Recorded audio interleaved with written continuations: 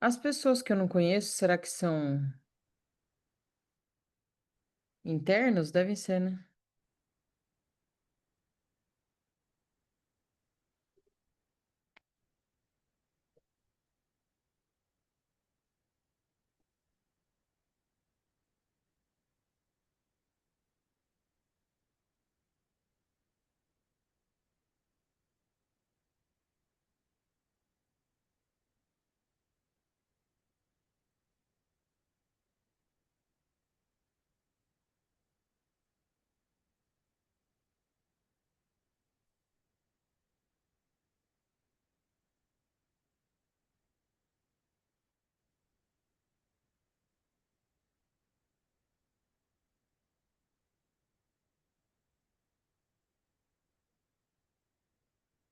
Guni, será que você conhece a Danissete? Tá entrando agora. A nossa mástula. Somos da Liga da Saúde da Mulher. Ah, que legal! Maravilhoso. Como mulher não é estressada, vocês não vão precisar disso na Liga. Esse está sendo meu mote hoje. Oi, Dani, tudo bem? Oiê, tudo bem? Bom também. Ó, você está conhecendo minha irmã agora. Não sei se Oi, você tudo conhece. bem? Muito Tudo prazer, jóia. Ela. Prazer. Olha quem tá na reunião aqui, Martinha.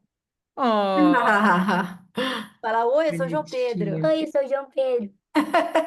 Eu adorei seu Fofo. óculos, João É. Pedro. Ah, ô, Martinha, É, amiga, eu não vou poder dar umas aulas de quarta-feira por enquanto, tá? tá bom, não tem problema. Tô batendo umas metas lá no Ame Barrados, Ah, e aí eu não tô conseguindo por enquanto, mas vou melhorar. Se você quiser Ai. fazer uma horário à noite, assim, a gente faz. tá. Hoje não, quarta-feira a gente vai fazer com a Panone. À noite, acho que tinha mais alguém que não ia conseguir, que ia ter que ser à noite, mas eu não lembro agora. Mas a gente conseguiu nas próximas quartas, vai ser bem bacana. O Edson Ferreira, sabe? Sei. Vai fazer uma aula de análise crítica dos artigos e Ah, ele que vai legal. falar especialmente dos artigos de contracepção, né? Vai ser bem bacana. Muito bom. Ó, deu 7 horas Quarta à já. noite? Hã? De quarta à noite? A dele vai ser às 14. A nossa Hum, aula geralmente é às 13, mas ele também não ia conseguir. tá. É, gente, já deu 7 horas. Eu acho que, não sei se vocês sabem, mas eu sou uma pessoa um pouco toque em relação ao horário. Então a gente vai começar já, mas eu vou apresentar. Doutora Ana Kemp é quem vai fazer a nossa aula hoje. Ela é minha irmã, então possível. Ah, ele tá aí também, não tinha visto. Hum. É, possivelmente vocês vão me ouvir chamá-la pelo nome carinhoso, vai ser sem querer, mas é força do hábito. É, eu tenho uma admiração muito grande por ela, claro, mas por esse trabalho específico que ela faz em relação à gestão do estresse. E teve um momento no ano passado, acho que todo mundo aqui deve lembrar, que eu dei uma estressada, saí brigando com o chefe, sei lá o quê. É, e quando o Favoretti me falou, perguntou se a Ana podia dar uma aula, eu falei, cara, não sou só eu que estou estressada. E para eu chegar nesse dia em que eu realmente externalizei tudo que eu estava sentindo, foi um caminho. E a Ana, ela foi a primeira acreditada na América Latina em gestão de estresse por Harvard, chique. É, ela fez vários outros cursos que trazem uma parte bastante científica, assim como, na verdade, todos os cursos que ela fez trazem a parte científica, mesmo aquelas coisas que para a gente parece um pouco, sabe, a gente brinca, a gente chama de tilelê. Mas tudo que ela fala, ela mostra o artigo e ela fala o porquê e tudo mais. Então eu realmente gosto muito desse trabalho dela e eu gosto bastante que ela traz ferramentas que a gente pode usar depois na vida. Então não é aquela coisa que você só fala, que você sai da aula falando, nossa, essa pessoa sabe muito. Não, você sai da aula falando, cara, eu consigo aplicar isso na minha vida, sabe? E a gente, na Unisa, não está passando por processos de transformação, a gente está absolutamente estável do ponto de vista técnico, burocrático, e, portanto, está todo mundo feliz, contente, saltitante, e a gente está conseguindo levar uma vida bem tranquila. Por isso, eu achei que não seria tão interessante trazer essa aula dela, porque, inclusive, ela podia dar essa aula falando em relação aos pacientes, mas eu falei, não, fala em relação ao profissional, porque a gente na vida profissional passa por muitos estresses, independente de estar em algum lugar que é mais, que está num lugar assim que nem o nosso, que está meio instável, mas no geral mesmo, a vida do médico tem umas cobranças um pouco mais pesadas pra gente. Então, eu espero que vocês aproveitem muito essa aula, eu particularmente adoro todas essas aulas dela. E é isso aí. Seja bem-vinda, Ana. Obrigada. Gente, é um prazer estar aqui falando sobre esse assunto que a Marta falou que, né, que ela gosta, mas eu amo muito falar sobre tudo isso. E eu nem ia começar dessa forma, mas como ela trouxe algumas questões, eu acho legal, né, falar que eu sempre busquei formações tradicionais, mas por ficar insatisfeita com algumas coisas, ou entender que tinham coisas ali no meio que não estavam sendo sempre muito explicadas. Eu tive essa curiosidade de ir atrás de outras formações, não tão convencionais, mas sempre muito preocupada de buscar na fonte que realmente fossem fontes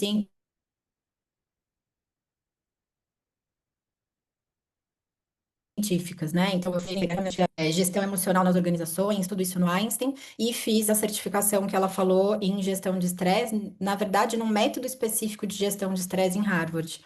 Então, essas foram as formações aí que ela foi falando para vocês.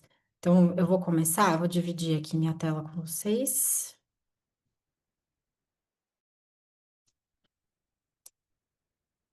E eu vou trazer alguns dados mais convencionais, mas que eu acho importante a gente abordar aqui um pouco. Depois eu vou olhar um pouquinho na gestão de estresse mesmo, tá? Então, como eu falei, uma das formações que eu fiz foi em medicina do estilo de vida e em gestão de estresse. Tá falando um pouco da medicina do estilo de vida, porque o nosso estilo de vida é o que está ali por trás de muitas das doenças crônicas, e principalmente essas doenças crônicas estão ligadas a quatro pilares do estilo de vida, que é o tabagismo, a exposição secundária ao tabagismo, a má nutrição, incluindo dietas pobres em frutas e vegetais, o sedentarismo e o uso excessivo de álcool. Tá, mas você vai falar de gestão de estresse, por que que você está falando dos outros pilares, né? Vocês já vão entender, né, o porquê que eu comecei dessa forma. Então, só para situar um pouquinho vocês, medicina do estilo de vida aqui no Brasil é reconhecida como uma especialidade médica, como uma área de atuação, nada ainda, tá? Não tem regulamentação específica ainda, mas nos Estados Unidos ela já é reconhecida como especialidade médica, tem uma prova de board para você ser certificado em medicina do estilo de vida. Eu fiz a prova de certificação internacional, então, apesar de aqui no Brasil não ter, eu fui atrás de uma certificação para poder mostrar com convicção, né, que o que eu estou fazendo e o que a medicina do estilo de vida no Brasil está fazendo é séria.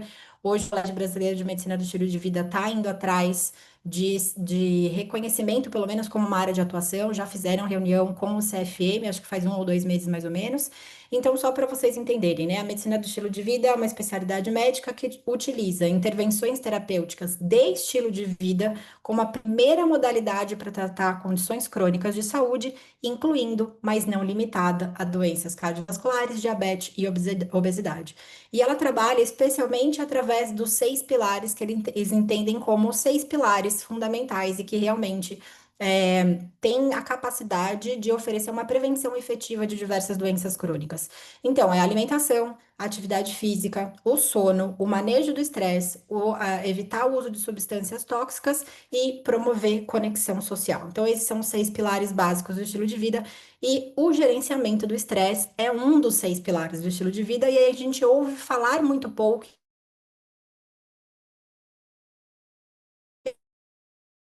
Aprenda um pouco de moléculas.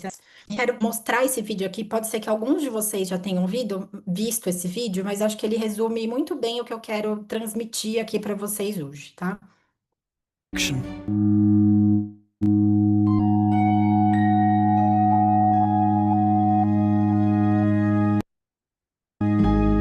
What will your last 10 years look like? Will you be quick enough for a game of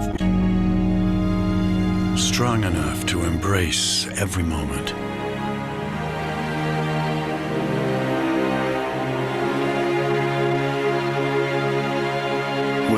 grow old with vitality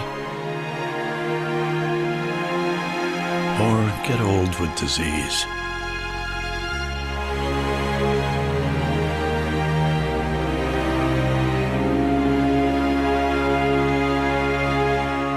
It's time to decide.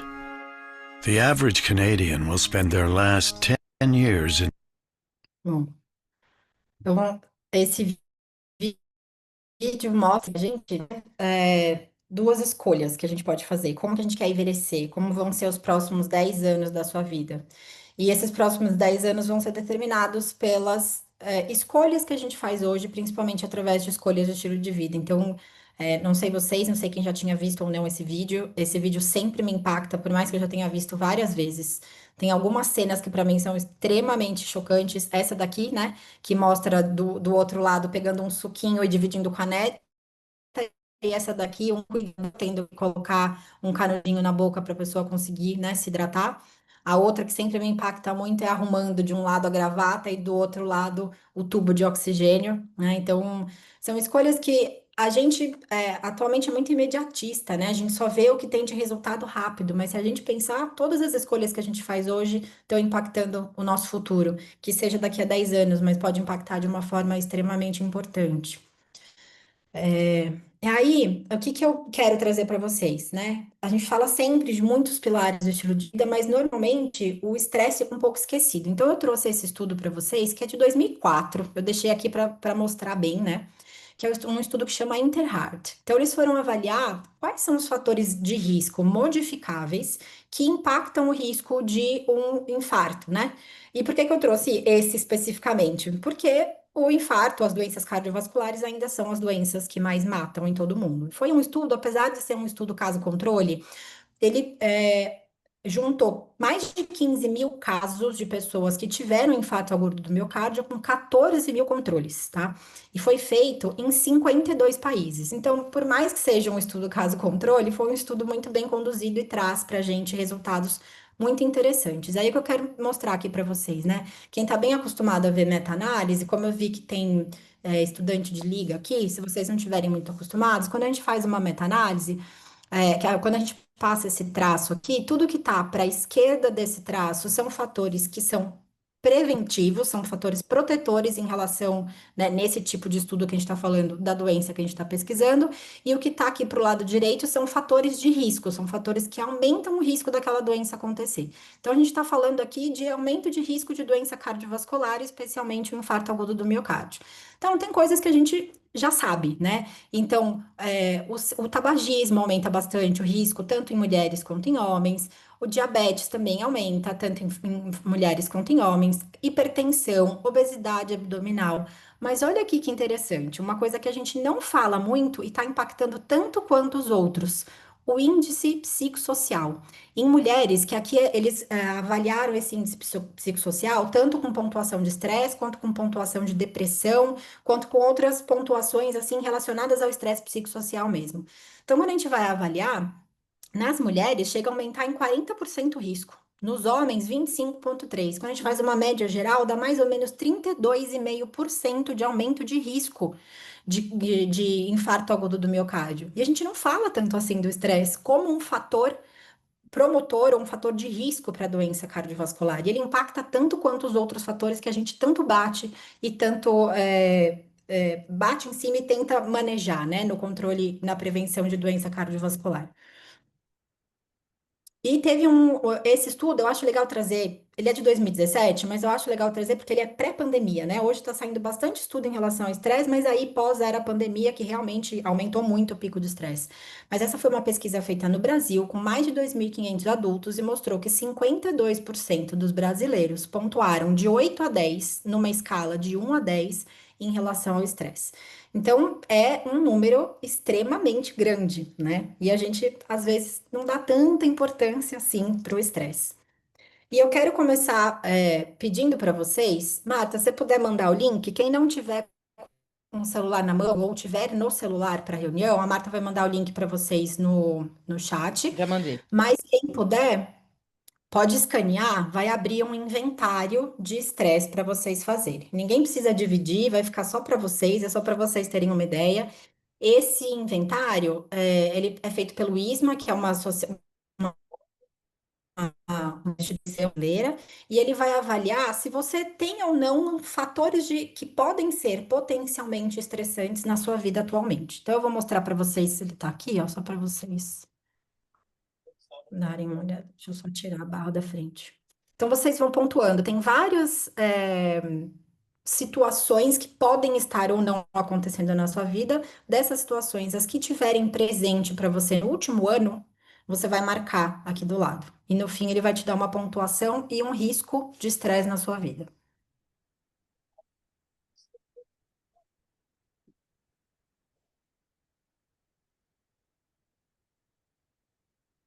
E quem for acabando, vai avisando no chat.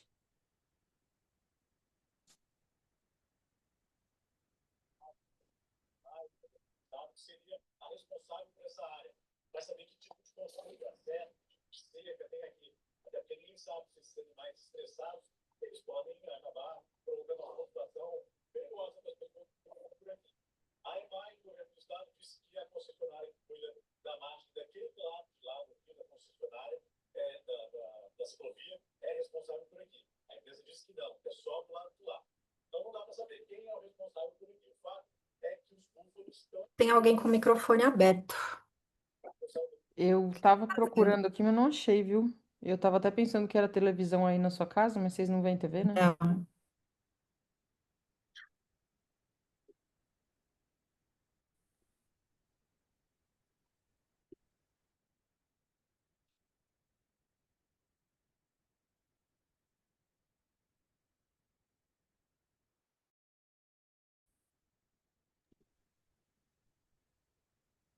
Meu risco de adoecer é moderado. Isso é grave. E às vezes a gente não se dá conta, né? Isso que eu acabei de passar por uma cirurgia. Não, Pois e é. você é magrinha, assim, os fenótipos que a gente olha e fala alguma coisa, não tem, né? Então a gente acaba achando que Não, não mas você tem. vê o que esse questionário, ele tem ele mostra outros fatores, né? São fatores potencialmente estressores que podem estar acontecendo na sua vida nesse momento, né? Então, tem uma doença no trabalho, algum problema no trabalho, aposentadoria. Então, não necessariamente são coisas ruins acontecendo na nossa vida, né? Mudança de residência, casamento, gravidez. Então, são várias situações que podem estar acontecendo, né, na nossa vida e que, exatamente por serem coisas que tiram do nosso padrão normal, elas geram um certo estresse, tá? Então, você quer o potencial de acordo com o que está acontecendo na nossa vida. Agora, Marta, pode mandar o outro? Sei que eu acho que quem tiver no computador vai dar para ver bem aqui, tá? Quem tiver no celular e quiser aumentar tudo para olhar, a Marta vai mandar o PDF para vocês. Esse aqui é um inventário de sintomas de estresse. Por quê? Tem muita gente que tem eventos estressantes acontecendo no dia, mas se sente com recurso suficiente para lidar com aquela situação, então muito provavelmente não vai apresentar nenhum sintoma, nenhuma alteração muito grande. A gente vai entender mais para frente por quê.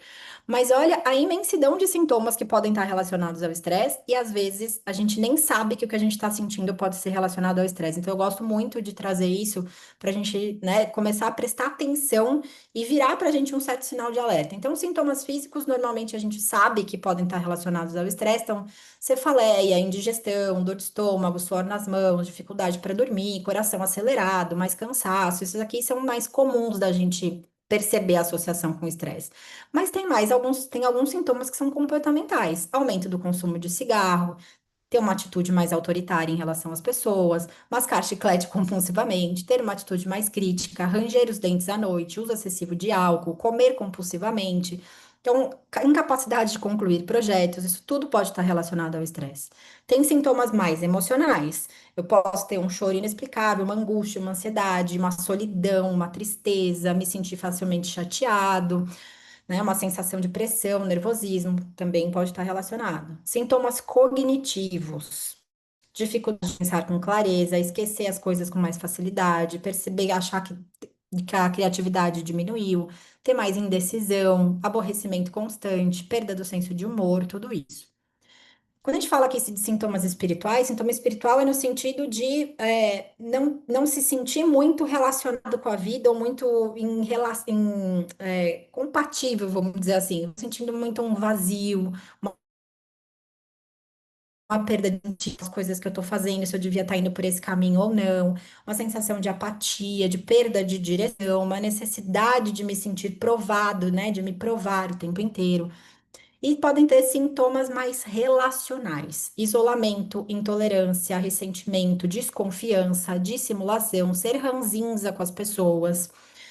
Então, assim, acho que eu dei uma lida aqui em alguns para vocês irem sentindo se vocês aí no último mês têm percebido um pouco desses sintomas. Eu sempre acho legal entregar para vocês de vez em quando darem uma olhadinha, porque muitos dos sintomas, quando eu comecei a estudar a gestão do estresse, eu não entendia como sintomas relacionados ao estresse. Mas uma vez que você vê, não dá mais para desver, né? Eu brinco. E uma coisa que para mim ficou muito clara e que foi um sintoma, e que hoje eu enxergo como um sinal de alarme para mim de estresse, tem duas coisas principais. A primeira é perder o autocuidado. Quando eu começo a ficar muito estressada, eu paro de me cuidar. Não quero fazer atividade física, eu quero comer mais comfort food, porque é mais fácil de fazer, eu não gasto muito tempo pensando e decidindo as coisas. Então, hoje, a hora que eu começo a não querer me cuidar direito, eu já falo, opa, tem alguma coisa que tá demais na minha rotina e que eu não tô percebendo, então deixa eu parar para olhar isso. E a outra coisa, gente, é reclamar. Eu fico muito chata e reclamona quando eu tô estressada.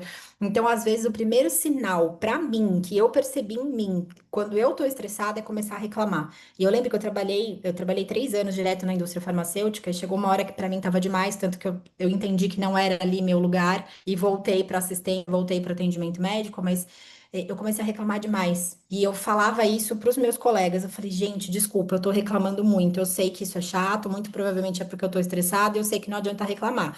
Ou eu faço alguma coisa, ou eu saio, ou eu peço demissão, ou eu paro de reclamar, porque não adianta nada. Reclamar não vai levar a gente a lugar nenhum.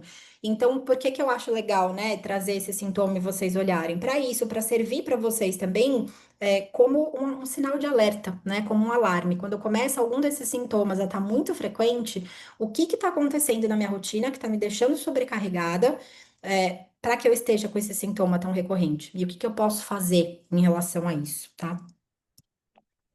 E aí, trouxe aqui alguns dados para gente em relação ao bem-estar médico, porque geralmente estresse, burnout, depressão, eles estão muito relacionados com bem-estar médico. Então, eu trouxe duas revisões, essa que foi publicada no New England agora em 2024, e que mostra que existe uma preocupação crescente com o bem-estar dos médicos. E por que que isso está acontecendo? Porque as consequências desse bem-estar ser comprometido, elas acontecem não só para o próprio profissional, mas também para o paciente e para todo o sistema de saúde, né?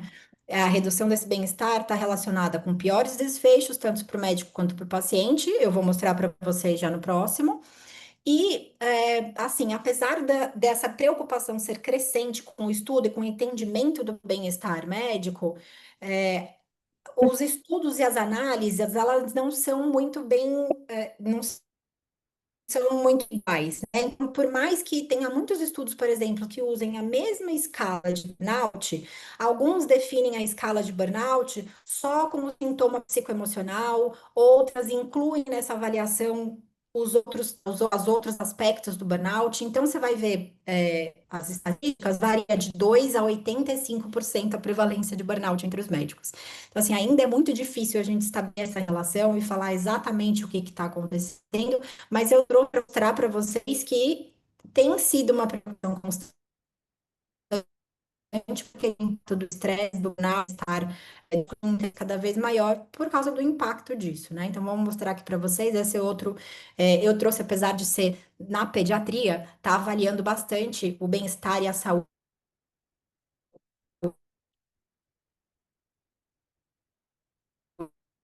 do que hora que eu tenho essa associação do burnout, né, que ele traz aqui como sintoma de esgotamento, eu tenho casos de erro médico, de litígio, de abuso de substâncias, de mortalidade cardiovascular e, consequentemente, da redução da satisfação do paciente.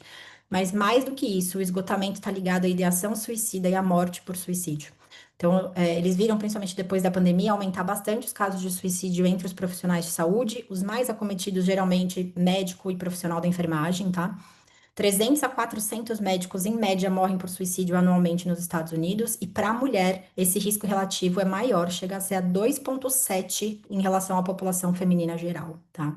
Então, é um impacto muito grande, e eu trouxe esses dados para vocês para mostrar que, apesar de todo o impacto, a gente ainda fala muito pouco sobre isso no nosso dia a dia.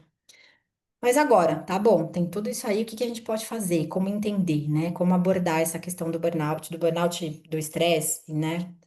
Então, a primeira coisa que a gente precisa fazer é reconhecer o estresse e aprender como gerenciar esse estresse.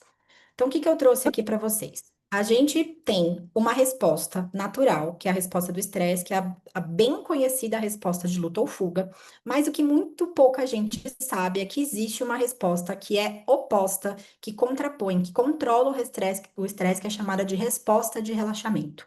Então, eu vou explicar, entrar um pouquinho mais da fisiologia, só para ficar fácil da gente entender tudo isso aqui. Quando eu estou aqui no meu dia a dia, observando tudo que está acontecendo, meus órgãos do sentido estão recebendo todos os inputs do ambiente. Normalmente, a gente, pela amígdala cerebral, a amígdala, ela vai fazer uma avaliação do meu ambiente, da situação que eu estou vivendo, e ela vai interpretar a situação como: estou seguro ou não estou seguro? Estou numa situação de ameaça, numa situação de incerteza, numa situação de dúvida. Se o nosso sistema, né, se o nosso cérebro interpretar o meu ambiente como um ambiente não seguro, eu vou disparar a resposta do estresse. E essa é uma resposta automática, eu não tenho nenhum controle. Uma vez que eu percebi insegurança, eu vou disparar essa resposta do estresse. E aqui eu acho que vocês já conhecem um pouco, né, dessa resposta. Eu vou ativar o eixo hipotálamo, hipófise adrenal e também o sistema nervoso autônomo simpático. E a partir dessas duas ativações, eu vou liberar no sistema sanguíneo adrenalina, noradrenalina, cortisol, diminuir o óxido nítrico, e aí eu vou ter aqueles sintomas normais de estresse, que é acelerar, então aumentar a frequência cardíaca, aumentar a frequência respiratória. Então, de uma forma geral, eu vou aumentar o consumo de oxigênio e aumentar a pressão arterial. Por outro lado, e essa resposta, quando a gente fala como ela vem da amígdala e ela controla todo o resto do corpo para desencadear essa resposta de estresse, a gente fala que essa é uma resposta bottom-up, tá? Então é a parte mais de baixo do cérebro que está assumindo e mandando a resposta para cima, né, para a região mais de córtex do cérebro e disparando toda essa resposta. Porque imagina, se eu vou atravessar a rua, tá vindo um carro, não dá tempo de eu ficar pensando, ai, qual será que é a velocidade do carro? Será que dá tempo de eu passar? Mas que cor que é esse carro? Será que se fosse outro? Não dá tempo de eu pensar. Eu tenho que agir rápido. Ou eu atravesso correndo, ou eu paro e espero. Né? Então não dá tempo de eu ficar nesse processamento cognitivo. Por outro lado, quando eu estou mais nessa resposta de relaxamento, o que que a gente observa? A reação fisiológica é completamente oposta. Então, eu vou ter uma diminuição da ativação desse eixo hipotálamo, hipófise adrenal e uma ativação do sistema nervoso autônomo parasimpático. Com isso, eu vou diminuir adrenalina, noradrenalina e cortisol e vou diminuir frequência cardíaca, diminuir pressão arterial, diminuir o consumo de oxigênio. E no cérebro, o que que a ressonância funcional mostra pra gente? Que quem está comandando essa resposta é o córtex pré-frontal, tá? Então, eu tenho aqui, nesse caso, uma resposta top-down, tá? Então, é meu córtex pré-frontal que está mandando a resposta e falando para o corpo: tô seguro, posso relaxar, agora eu posso pensar. Dá tempo de eu processar, dá tempo de eu avaliar, dá tempo de eu entender o que está acontecendo, dá tempo de eu dar novas alternativas para tudo o que eu estou vivendo, o que eu estou vendo aqui. Então, por que que eu gosto de mostrar, inclusive, essa parte aqui, né, da resposta cerebral? Porque muitas vezes a gente se pega em situações que a gente responde de uma forma que a gente já sabe que vai dar errado. Não era para eu me exaltar naquela situação, não era para eu gritar com meu filho de novo, não era para eu responder desse jeito para a chefe, como a Marta falou ali no começo, mas a gente não consegue evitar. Quando a gente entra nesse estado que disparou a resposta do estresse, e a gente entra, quando a gente vai falar um pouco mais da parte emocional, a gente entra num período de latência da emoção. Uma vez que esse caminho foi ativado e a emoção dominou, você não consegue mais controlar essa resposta, tá? Mas a gente tem como trabalhar para que essa amígdala cerebral seja cada vez menos responsiva e o córtex pré-frontal comece cada vez mais a assumir essa resposta e aprender a ativar essa resposta de relaxamento. Então, Se eu for pensar assim, na natureza, né? O estresse geralmente é um estresse mais biológico. Eu coloquei aqui a onça porque é o que a gente sempre ouve falar da resposta do estresse, aquela resposta de luta ou fuga quando eu estou frente realmente a uma ameaça. Mas além da ameaça, um procedimento cirúrgico é um estresse biológico, uma gripe ou alguma outra infecção é um estresse biológico, e isso também vai ativar essa resposta de estresse no nosso organismo. Isso aqui é para mostrar o quê? A resposta de estresse não é ruim. Ela é que faz toda a adaptação para que a gente consiga sobreviver àquela situação, ou responder, ou resolver aquela situação biológica, por exemplo, que está acontecendo. Mas hoje, se alguém quiser, ou escrever no chat, ou abrir o microfone e falar, se eu perguntasse para vocês o que que é fonte de estresse na vida de vocês, né, ou na vida das pessoas que vocês conhecem, o que que normalmente a gente fala, né, que são fontes de estresse? Boletos, normalmente preocupações com saúde, né, de familiares. Um ambulatório que mudou do nada. Mudanças no ambulatório. Deixa eu fazer uma pergunta. Aquilo que você falou das amígdalas é aqui quando eles falam sequestro de amígdalas? O sequestro é quando você tem um input que realmente não consegue ter controle nenhum sobre a situação, tá? O sequestro amigdaliano geralmente está ligado mais a situações de ansiedade, de pânico, quando você não consegue ter nenhum controle, tá? Que é a De uma forma geral, na nossa vida hoje, os estressores são mais psicossociais, tá? Então, como eu mostrei lá naquele gráfico, do Interhart, do estudo, o estresse é uma das causas, né, aumento de cardiovascular, mas nem sempre tão valorizado. Então, como a gente pode perceber esses estressores psicossociais no nosso dia a dia? Quando a gente está à frente a um estressor muito intenso ou prolongado, geralmente a gente sabe que aquele evento é um evento que está causando estresse no nosso dia a dia.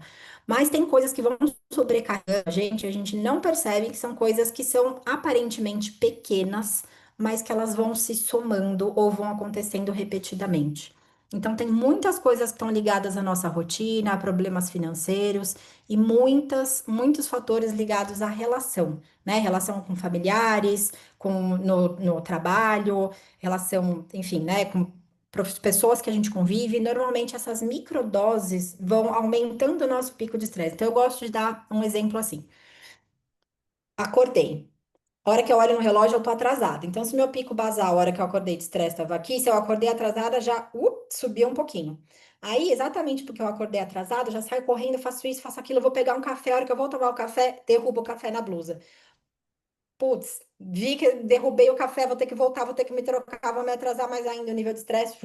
Aí eu já saí atrasada, o que que eu faço? Pego o carro, saio correndo. Aí o trânsito, que gente, em São Paulo sempre tem, mas quando a gente tá estressado, a gente acha que o trânsito tá pior, nada vai dar certo, eu vou chegar mais atrasada ainda, esse trânsito aumenta mais meu pico de estresse. Eu vou conversar, sei lá, passo o meu chefe cara, meio torta olhando para mim. Eu não quis nem saber se às vezes foi um problema que aconteceu na família dele. Olhou torto, eu acho que é comigo, ele já tá bravo comigo, eu não sei o que foi que eu fiz, pelo amor de Deus, vai aumentando. E a gente não vai percebendo, mas você chega no final do dia com um pico de estresse aqui em cima e você fala, eu não sei por que que eu tô acabando um dia tão cansada. Só que você não teve consciência, não é que você não tomou consciência de tudo isso que aconteceu no seu dia. Então a gente precisa olhar mais um pouquinho e dar atenção para essas microdoses de estresse que acontecem com a gente o tempo todo. E aí eu quero trazer para vocês essa analogia do elástico. Se eu pego um elástico, esse elástico normal de dinheiro, se eu puxo ele ao máximo e fico esticando, esticando, esticando, estressando todo o potencial desse elástico, obviamente ele vai se romper em algum momento. Mas se eu estico, solto, estico, solto, estico, solto, provavelmente esse elástico vai ter uma vida, meia vida ali maior do que a vida de um elástico que eu fico estressando aqui no máximo do ponto dele. Uma outra forma que eu gosto de explicar isso é assim, tô lá normal, aí tem um carro na minha frente que eu quero ultrapassar. O que que eu vou fazer? Vou reduzir a marcha, vou acelerar com tudo. A hora que eu passei esse carro, eu vou voltar para a marcha normal e vou continuar andando. tá? Então, esse reduzir a marcha e acelerar para ultrapassar o carro é análogo a uma resposta do estresse. Tá?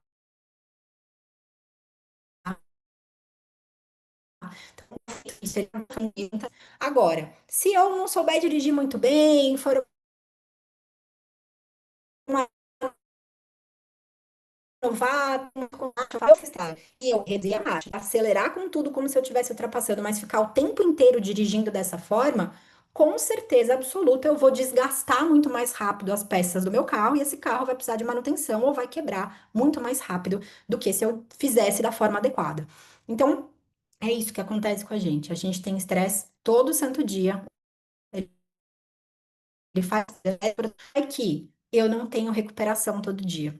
Né? Então, acho que uma das principais mensagens hoje é vocês lembrarem dessa imagem do elástico ou do carro, da ultrapassagem, e lembrar que se eu tenho estresse todo dia, eu tenho que ter pausa, eu tenho que ter recuperação todos os dias de alguma forma. Então, não é esperar o fim de semana, não é esperar as férias, não é esperar uma ocasião especial, não é esperar eu ter um pico de estresse, um burnout para fazer uma pausa. Eu preciso inserir na minha vida pausas frequentes para que eu consiga melhorar minha resiliência. Então, como que eu quero explicar, mostrar para vocês essa questão do carro, né? Igual da sobrecarga das peças. Então, isso aqui é a diferença de alostase e de sobrecarga alostática. O que que é a alostase? Então, a gente ouve muito falar de homeostase, que é aquele ponto ótimo de equilíbrio do nosso corpo. Mas quando eu tenho um evento estressor, o meu corpo precisa fazer alguns mecanismos para poder se adaptar a esse evento estressor, e a hora que esse evento acaba, eu adapto de novo para poder voltar para o meu nível basal, tá? De homeostase. O nível basal é a homeostase.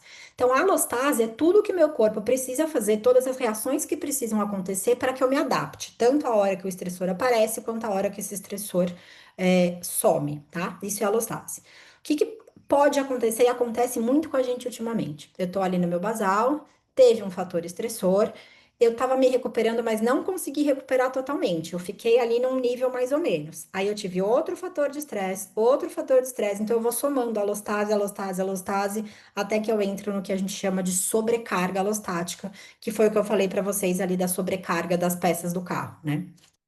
E tem um estudo que foi publicado bem recente, agora de 2022, que mostra bem pra gente como é que funciona, por que que acontece essa sobrecarga alostática. Então vamos lá, ele mostra isso através da produção de ATP, da produção e do consumo de ATP. Então eu tenho aqui uma certa quantidade de ATP que vai ser produzida para que as minhas funções vitais funcionem. Então, a frequência cardíaca, a frequência respiratória, que o rim consiga drenar, que o fígado consiga fazer detoxificação, tudo isso eu estou gastando ATP para que essas funções minhas aconteçam. Quando eu estou dormindo, esse gasto de ATP é um, quando eu estou acordada, eu gasto um pouquinho mais de ATP para manter essas funções. Outra parte da produção energética de ATP vai ser desenhada para eu fazer crescimento, manutenção e reparo celular, que está aqui. E a gente produz uma quantidade já esperando que eu vou precisar fazer essa alostase em alguns momentos, essa adaptação em alguns momentos do meu dia. E além disso, o nosso corpo é muito inteligente, ele é uma quantidade reserva de que, se alguma fora do pico, eu tenho energia para me adaptar àquela situação. Conforme eu vou aumentando a quantidade de estresse no meu dia, o que que vai acontecendo? Essa reserva de energia que eu tinha vai sendo consumida. Mas quando a sobrecarga que eu tenho é tão grande de estresse, que eu consumo energia reserva que eu tinha, o que começa a acontecer? Eu preciso tirar ATP de algum lugar. E geralmente esse ATP não vai ser retirado das funções vitais. Ele vai ser retirado dessa parte que seria destinada para crescimento, manutenção e reparo celular. E a hora que eu tiro o ATP daqui, é a hora que eu começo a apresentar. Então, é aqui que eu vejo a sobrecarga alostática interferindo no processo de saúde e doença, tá? Então, é a hora que eu consumo, eu tenho tanto estresse, eu preciso parar de fazer um crescimento e reparo celular para usar esse ATP para me adaptar àquele estresse que eu estou vivendo. Mas a gente tem o que fazer, tá? Tem esse da BAR, é alguma coisa assim que fala o nome dele, não se vocês têm esses artigos, o que ele fala? A gente tem na nossa vida, normalmente, estressores que são bons. Lembra que eu falei para vocês? Nem todo tipo de estresse é um estresse ruim. Casamento, começar um trabalho novo, aposentadoria, conhecer alguém ou começar algum projeto que a gente está ali planejando há muito tempo, tudo isso é um estresse bom. Apesar de ser uma coisa, eu tenho alguns, tem um estresse bom. A gente tem também uma certa zona de recuperação e tem o estresse ruim. O que seria o ideal para a gente diminuir aquele gasto de ATP que eu mostrei para vocês lá? Eu precisaria otimizar o estresse bom, aumentar ou maximizar o meu tempo de descanso ou a zona de descanso e minimizar o estresse ruim. E como que eu faço isso? Principalmente através desse estilo de vida, então deixar o meu corpo resiliente o suficiente, forte o suficiente, com uma produção boa de ATP, para que eu consiga responder a esses eventos estressores quando acontecem. A atividade física é uma das coisas que mais ajuda a gente a otimizar esse estresse bom. Ela faz, né? Não sei se vocês já ouviram falar nesse mecanismo de hormese, é uma das coisas que ajuda. Tem outras situações que ajudam a otimizar a hormese. A gente precisa de alguns, eles chamam aqui de como se fossem colchões psicossociais, são coisas que ajudam a gente a diminuir o impacto do estresse da nossa vida. Então, é aprender estratégias adaptativas de olhar a situação, porque dependendo de eu olho para a situação, lembra que eu mostrei para vocês que frente a um evento estressor vai ligar o eixo hipotálamo e hipófise e os nervosos. Quando eu tô, por exemplo, um leão correndo atrás de uma gazela, os dois nessa situação estão em resposta de estresse. O leão porque quer comer e a gazela porque não quer ser a comida.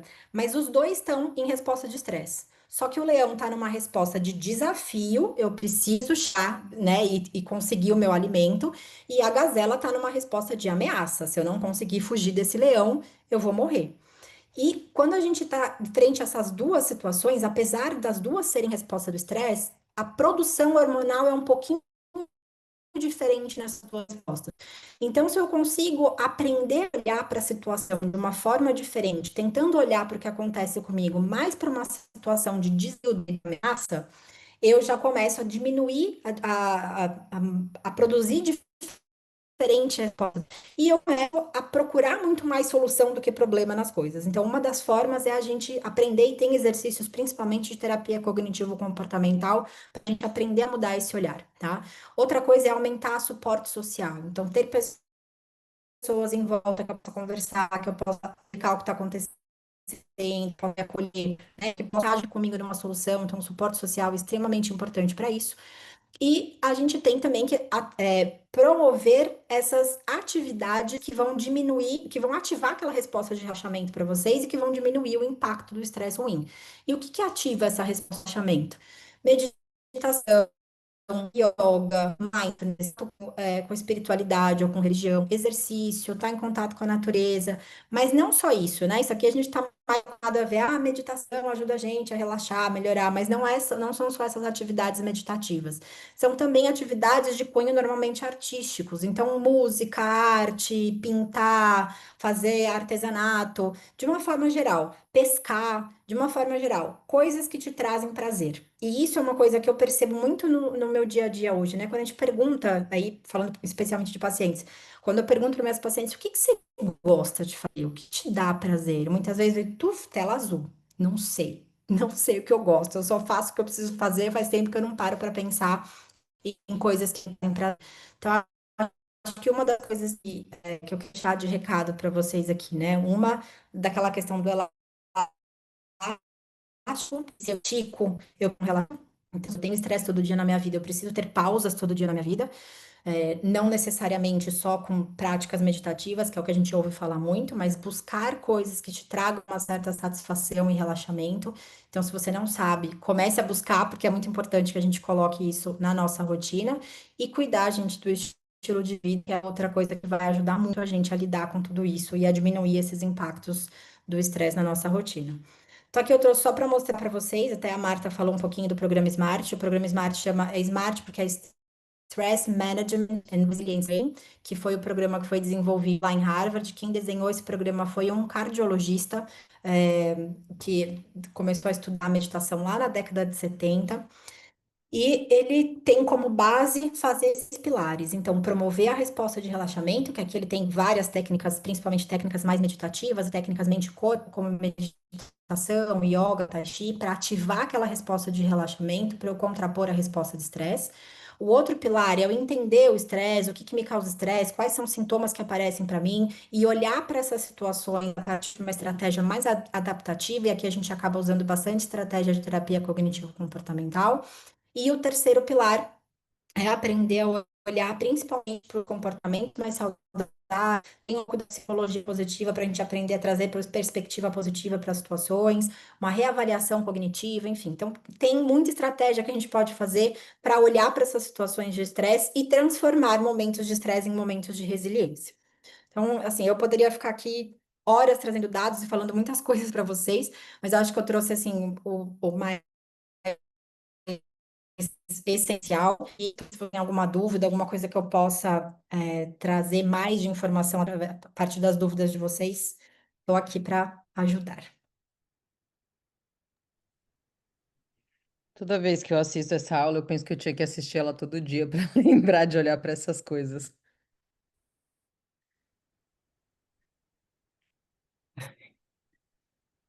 Ela E está um pouquinho diferente, né, do que você está acostumado. Eu trouxe dados que normalmente eu não falo. É verdade. Alguém tem alguma dúvida? Quer comentar alguma coisa? Vocês pegaram o link lá, gente? Se para quem entrou agora, deixa eu mandar o link de novo. É um link para fazer um teste para avaliar o seu estresse e tal. Deixa eu pôr aqui. Por favor, Ed, pode falar. Levantou a mão. Eu sempre quero, na verdade, primeiro agradecer, viu, Ana? Pedir desculpa por estar Uhum. ausente no começo da aula, mas foi por um motivo justo.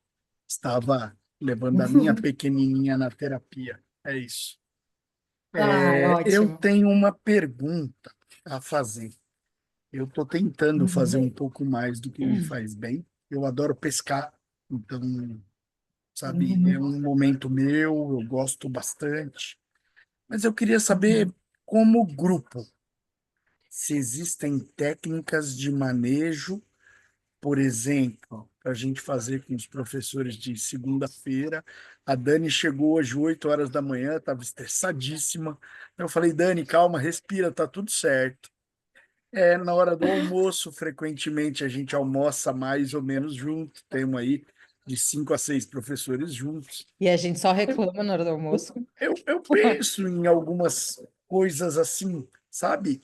Técnicas para alívio do estresse em comunidade. O que você tem a dizer, Ana? Ô, gente, hoje de Muito boa a manhã, pergunta. Martinha, cheguei hoje de manhã, eu era a verdadeira maluca. Quem me olhou na rua falou, meu Deus, que moça é essa? Eu falava, que saco, todos os semáforos fechados, e não sei o quê. E aí o Favorite me manda ainda, assim, no pico do auge. Eu já estou aqui. Eu falei, mas você dormiu aí, Favorite? O que que você está fazendo aí 7 horas da manhã? Aí, Marta, cheguei e falei assim para ele, olha, Favorite, chega. Eu não vou mais dar aula de segunda-feira de manhã. Ele no meio do corredor, olhando para mim assim, Falei, aí calma, depois eu Dani, tá pensei, tudo bem, não tem aí eu pensei, ninguém falei, ainda, meu relaxa. Deus, é só segunda, 8 horas da manhã. Você imagina na sexta, né? Como é que a pessoa não vai estar? Aí, quando me falaram que você ia dar essa aula, eu falei, gente, eu preciso assistir essa aula 1000 vezes. Eu preciso ver, né? As técnicas, assim, né, para a gente fazer que mais regulam o estresse imediatamente, normalmente são técnicas mais respiratórias, tá? Então, essas são coisas que dá para a gente fazer respiração. Respiração, de fato, ajuda bastante. E aí, o que eu acho difícil, bem entre aspas, tá? Da respiração, a gente de olhar para as crianças respiram na respiração abdominal, respiração diafragmática. A gente faz o quê? Barriga para dentro, peito para fora e respira só aqui em cima com o pulmão, não com a capacidade máxima nossa de respiração abdominal, né? Então a gente primeiro precisa voltar a aprender a respirar com a respiração abdominal, então relaxar mesmo.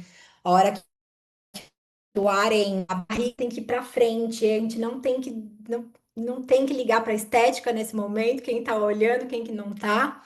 A hora que o ar entra, a barriga tem que insuflar e encher. A hora que o ar sai, a barriga tem que voltar ao normal. Então, até vou fazer aqui para vocês uma coisa que é fácil de vocês verem, ó. Vou ficar aqui Se eu colocar a mão bem aqui na altura da boca do estômago, ó, se eu respirar como a gente vem respirando ultimamente, só aqui em cima que a gente faz, né, no tórax, fica assim, ó. Eu tô exagerando, mas para ficar bem fácil de vocês entenderem. Meu dedo tá junto, não separa. Agora, quando eu faço a respiração abdominal, ó, meu dedo aqui tá separando um do outro. Então, normalmente, quando a gente faz a respiração torácica, que é a respiração do estresse, que é a respiração da ansiedade, é uma respiração que a gente fala que fica para cima e para baixo. A respiração abdominal é praticamente uma respiração lateral. Então, a primeira coisa é voltar a respirar normalmente, e isso no começo, eu tipo, para respirar, e fala, eu não sei respirar, né? Pode dar um pouquinho de angústia. Então, se alguém for tentar fazer e der angústia, começa deitado, com a barriga para cima, com a mão no abdômen, e aí você vai perceber que a hora que você inspira, a mão vai para cima, a hora que você expira, a mão vai para baixo. Então, respiração é uma coisa fundamental. Outra coisa que eu acho muito legal da gente fazer, principalmente quando tá em grupo, né? Meu chefe mandou respirar, É, mas na hora toda que ele vez te eu mandou falo, eles respirar, você não ligam com entendeu muito bem, né? 200 mil problemas, eu falo, calma, respira. Primeira coisa, respira, é isso. Mas uma coisa que eu tô vendo, assim, pela relação de vocês, isso é uma coisa que é muito importante. Essa relação aberta e de confiança é uma coisa muito importante. Porque se a relação entre vocês, por exemplo, não fosse uma relação legal, nossa, aí com certeza, na hora que você falou respira, ela ia receber de uma forma muito diferente, né, do que recebeu dessa forma. E os estudos que mostram que falam de burnout falam exatamente isso. Tem muita coisa que é da comunicação da equipe que pode interferir nessa situação. Então, a gente tentar é, fazer algumas atividades, aí tem algumas propostas para poder melhorar a comunicação da equipe, seria uma coisa, mas uma coisa que dá para usar a partir de já, sempre, é o humor, gente. O humor é uma baita de uma estratégia de gerenciamento de estresse. Então, aí teria que ver como, porque também depende, né, do limite de cada um, o que que a gente vai falar, como vai ser, mas assim, trazer um pouco mais de humor para o dia a dia é A uma gente estratégia sempre, bem. a gente ri bastante das nossas desgraças, viu? Olha, sou Então, sincero. isso é importante. E a outra coisa, eu acho que tem muita coisa individual, né? Da gente, cada um, a hora que eu passei uma lista, não sei se você estava a hora que eu mandei, uma lista de sintomas que estão relacionados ao estresse. Então, acho que cada um fazer também uma reflexão de quais os sintomas que normalmente aparecem para mim no estresse, para que eu comece a identificar situações de estresse que antes eu não percebia, para que eu possa já entender que naquele dia alguma coisa não tá legal. Então, eu faço muito assim. Eu normalmente sou muito organizadinha, as coisas eu faço tudo muito certinho, eu faço com tempo. Se eu começo a levantar e me esbarrar na porta, bater o dedo no canto, derrubar alguma coisa na mão, assim, ficar mais espalhafatosa, eu já sei que eu tô num dia que eu tô mais distraída, que eu tô mais desastrada, porque eu estou mais estressada. Então, hoje, eu tenho essa consciência de já chegar avisando, gente, hoje eu acho que eu tô mais estressada, eu tô mais aérea, então vocês me ajudam aí, vamos fazer alguma coisa, vamos dar risada. Então, a partir do momento que a gente também entende o nosso lado, a gente pode comunicar isso de uma outra forma e também ajuda muito a melhorar, né, o gerenciamento do estresse. Lu, fala você, eu falo depois. Ana, deixa eu te perguntar uma coisa. Você é masto, né? Então, Sim. você tem algum trabalho das pacientes pós-CA de mama com algum nível de estresse relacionado ao câncer de mama? Quando você começou a trabalhar com essa parte de estresse, você já relacionou com nível de estresse com algum tipo de parte oncológica? Porque eu acho que a parte de câncer tem alguma parte emocional. A gente nunca conseguiu, eu, pelo menos, nunca consegui relacionar, nunca vi algum trabalho que tivesse relacionado com a parte emocional. Pelo menos em tudo que eu li, em tudo que eu já vi as pessoas apresentarem, mas eu, dentro de mim, eu acho que a parte emocional está relacionado com a parte oncológica, né? Mas tudo isso que você apresentou e nisso que você tem estudado, o que que tem que você já buscou nisso que você está estudando agora relacionado ao câncer? Assim, a gente tem que tomar muito cuidado quando vai falar disso realmente, porque de fato não tem nenhum trabalho que consiga trazer uma relação assim absoluta e que consiga falar, Causa e olha, o estresse efeito, né? causa câncer, tá? A gente ainda É, não tem de fato isso.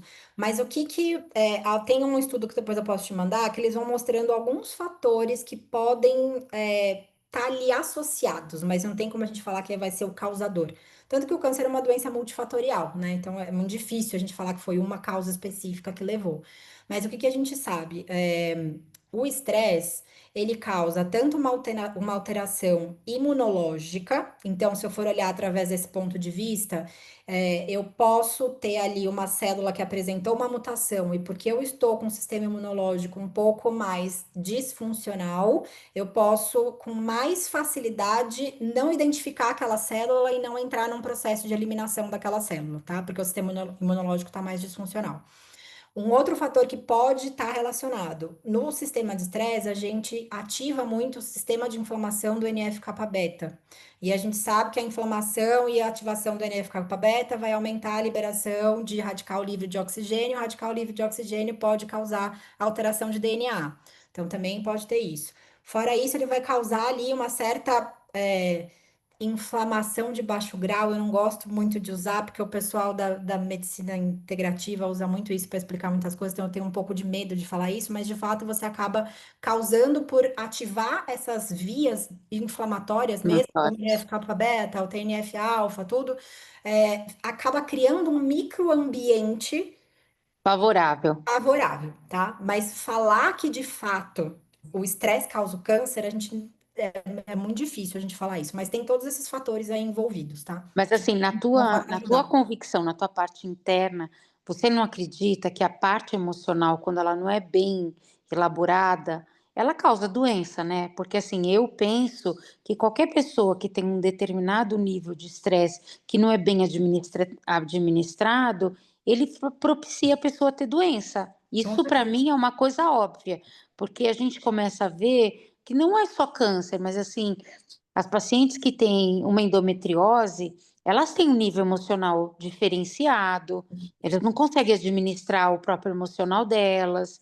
A Não. gente, como médico, a gente começa a ver que toda doença, ela tem uma parte emocional. E o estresse, para mim, ele é uma porta para muitas doenças, seja Sim. ela uma doença Ou cardiovascular. a gente não encontra uma paciente de bexiga hiperativa, né, urgência, Hum? que não é ansiosa, por exemplo. Sim, total, Exatamente. entendeu? Então, assim, e o câncer é um exemplo que eu tô vendo, porque você, eu sei que você é mastro, Uhum. então eu não sei se você juntou as duas coisas, uma que você está estudando e a tua especialidade de base, e eu acho isso, e o câncer é uma coisa que me incomoda, porque eu já perdi várias pessoas da minha família de câncer, mama, então eu tenho uma lista de pessoas, então eu fico muito incomodada, porque a gente não consegue somar.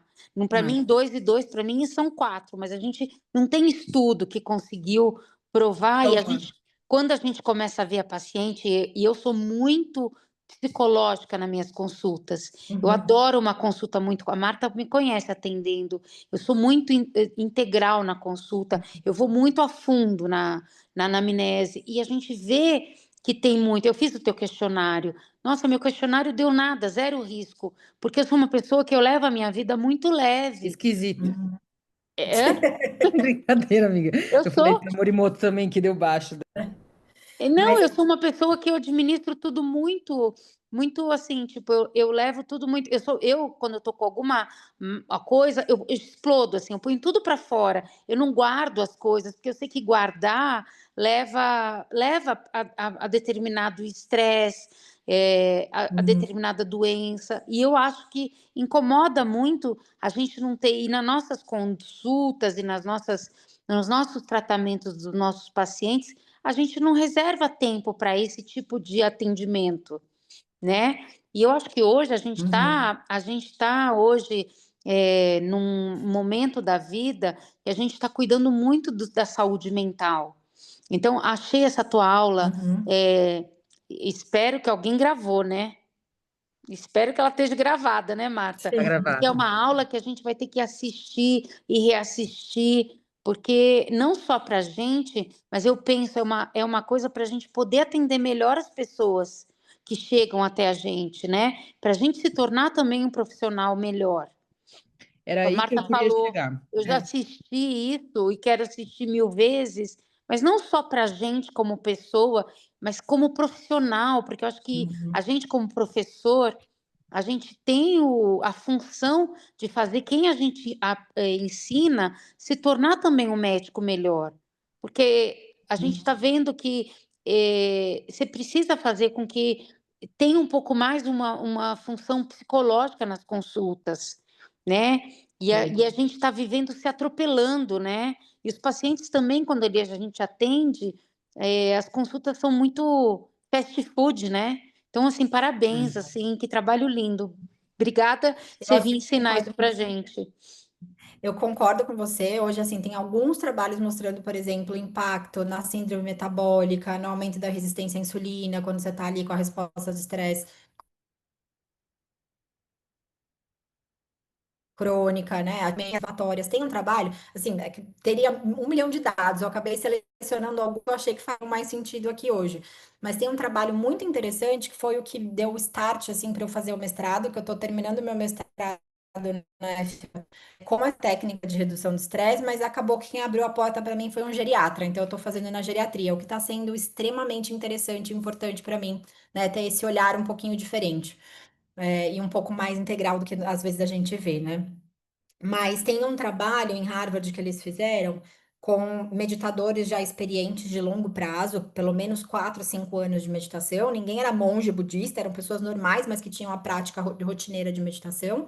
E um outro grupo que nunca tinha feito nada de meditação, e esse grupo que nunca tinha feito nada de meditação, eles treinaram 8 semanas e reavaliaram expressão genética, tá? De alguns genes. E eles perceberam que para o grupo que era meditador já experiente, para o grupo que nunca tinha meditado, tinha a diferença em mais de 2.500 genes, na expressão genética de mais de 2.500 genes.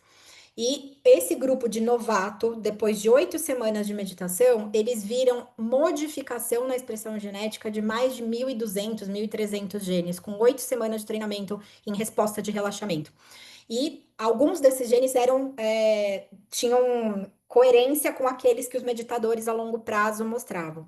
Então, o que eles estavam mostrando? Que, de fato, essa relação estresse, resposta de relaxamento tem interferência, inclusive na epigenética, na expressão genética, principalmente ali daquela via do NF-kappa-beta que eu falei para vocês, de processo inflamatório, de expressão e consumo de insulina e de energia pelas células, e até de agora eu esqueci a outra via. Tinham 3 vias principais ali que eram alteradas nesse processo. Então, muito interligado ali com, provavelmente, com o processo saúde e doença, né? Mas acho que a gente ainda, nesse campo, que eles nos Estados Unidos chamam de medicina mente-corpo, a gente ainda tem mais perguntas do que resposta, apesar de a gente já ter muitas respostas.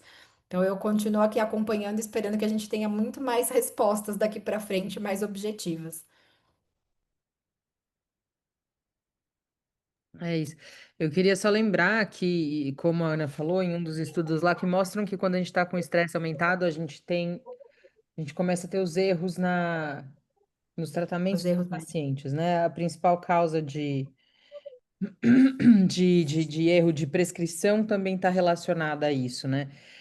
E Porque a a gente gente. impacta a nossa atenção, nosso foco, concentração através do estresse. Então, Exatamente. Então, eu acho que essa aula é bem interessante, tanto para a gente aprender a se tratar para a gente viver bem, mas também para a gente oferecer o melhor que a gente pode para o paciente, porque isso é o mínimo que a gente tem que fazer, né?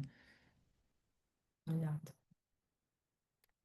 E aí, um ajudando o Eu outro, porque tenho. às vezes a autorregulação interna tá difícil, né? Agora todo mundo ajudando, ó, vamos fazer uma coisinha aqui, vamos respirar. Agora, quando te mandarem respirar, Dani, você entendeu por quê que estão te pedindo para respirar? É, para levar a sério, né, a respiração. Não, mas Eu agora eu vou tenho. fazer com a barriga, Floresta. Isso. Nossa, espetáculo, Dani. Me aguarde Olha, semana que vem. Eu vou chegar com a barriga já enorme, assim, é ó. de tanto respirar com a barriga que eu fiquei barrigudo, entendeu? Tá lá, É ó. incrível. Olha, pessoal, eu tenho uma pergunta para fazer, Ana. Eu Tá. estou vendo aqui é, unidades de mudança de vida, não é isso? Eu achei muito Isso. legal e eu calculei o meu aqui foi Uhum. relativamente surpreendente. Eu tenho 30% de chance de adoecer, pelo que eu entendi aqui. É mais ou menos isso, ó. Uhum. 3 em 10. Risco de adoecer é Uhum. 30%, né? É uma coisa muito chamativa, Uhum. imagina. Mas eu fiquei Sim. impressionado com algumas marcações.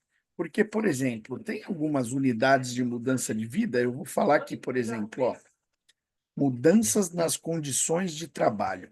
Recentemente, isso eu digo recentemente, há um mês, 2 meses, eu reduzi muito o consultório, porque eu identifiquei que o consultório era uma fonte grande de estresse para mim. Mas continua pontuando Uhum. como unidade de mudança de vida, embora eu encare como a minha vida tenha melhorado. Porque ele fala, você vê no período de um ano, né? Porque Não, isso ainda, que eu por falei, no mais que último sejam, ano, é, por eu mais que acho, sejam mudanças positivas, tem ali, por exemplo, aposentadoria, eu vi, casamento, eu mudança de vi, casa. Geralmente são coisas que a gente eu entende vi como renda, positivas. eu vi Isso. trabalho, eu achei muito, muito, muito interessante. O que que Agora, acontece? Mesmo frente a mudanças que a gente entende como positiva, você está se adaptando a uma situação nova. E é por causa dessa adaptação que eles entendem que ainda existe uma resposta ali, uma ativação dessa resposta do estresse por esse período de adaptação a essa situação nova de vida. Porque saiu isso, mas provavelmente entraram outras coisas no lugar. Então tem esse ajuste, tá? Por isso que é um ano. engraçado que realmente Ganhar passa na por loteria ajuste. também é um perigo. É, É, eu estava justamente pensando aqui, assim, vou reduzir o consultório, vou ter mais tempo livre, vou poder ir pescar, viajar. Na verdade, não, é uma avalanche de outras coisas que entram. exato. Então, acho que realmente demora um tempo para reequilibrar tudo, né? É. E eu achei. Mas, É. mas o que eu queria falar mesmo era que eu não pude deixar a semelhança sua com a Marta, né? É muito parecida, né? Nossa querida. Sangue não é água. E assim como eu já falei para Marta, acho que eu tenho que falar para você, Uhum. eu fui um dos alunos do seu pai, Uhum. né? Então, eu sempre faço questão de agradecer pela família inteira, né? Que eu Uhum. acho que é uma coisa muito, muito boa ver vocês se dedicando, ver vocês dentro da medicina, ver vocês, enfim, e eu sou muito feliz, acho Que que de ter legal. vocês próximos a mim. Muito, muito, muito obrigado, viu, Aline? Obrigada. Obrigada, E, amigo. e eu queria te falar, Favorete, que a hora que você começou a falar que você, né, não estava aqui no começo da reunião por um bom motivo, né, que foi levar a sua filha, você sabe que teve uma época, principalmente na pandemia, como eu já estava aí mergulhada um pouco na gestão de estresse, eu fiz bastante coisa em relação à meditação, né, no Instagram, para quem não tivesse tanto contato comigo ver. E eu lembro muito de uma colega minha de residência, a gente já não estava mais na residência, então eu não estava mais tão próxima, que eu fui começando a ensinar algumas técnicas assim de respiração, de meditação, e eu falava, gente, aproveita em alguns momentos que vocês estão, por exemplo, no trânsito e tenta fazer uma respiração, tenta, né, viver as coisas assim de uma forma mais com atenção plena, tenta não levar os problemas do trabalho para casa, porque geralmente é isso que dá problema de relacionamento em casa e aumenta o estresse, ou, né, trazer para o trabalho os problemas de casa, então tentar deixar cada coisa no seu lugar, né?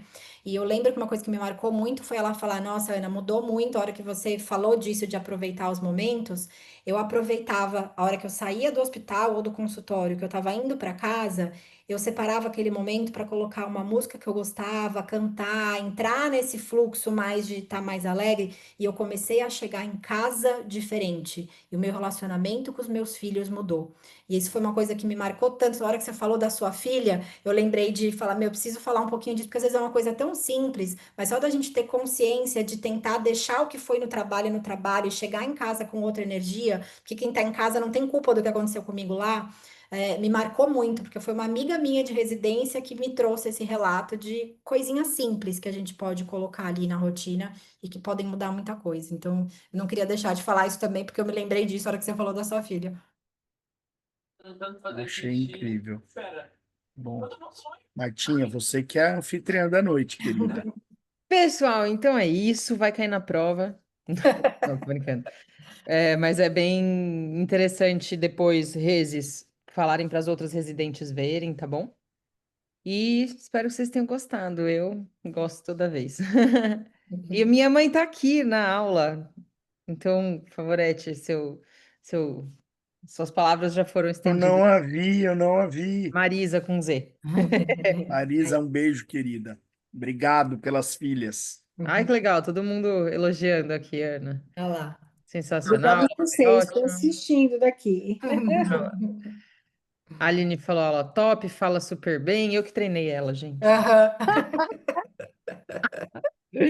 Tá bom, gente. Boa noite. Obrigado por vocês Obrigada, gente. entrarem Obrigada, aqui. meninas, vocês arrasaram. Obrigada. Beijo, queridas. Tchau. Beijos. Tchau, tchau. Semana que vem, reunião administrativa. Tá bom? Fechou. Beijos. Obrigada.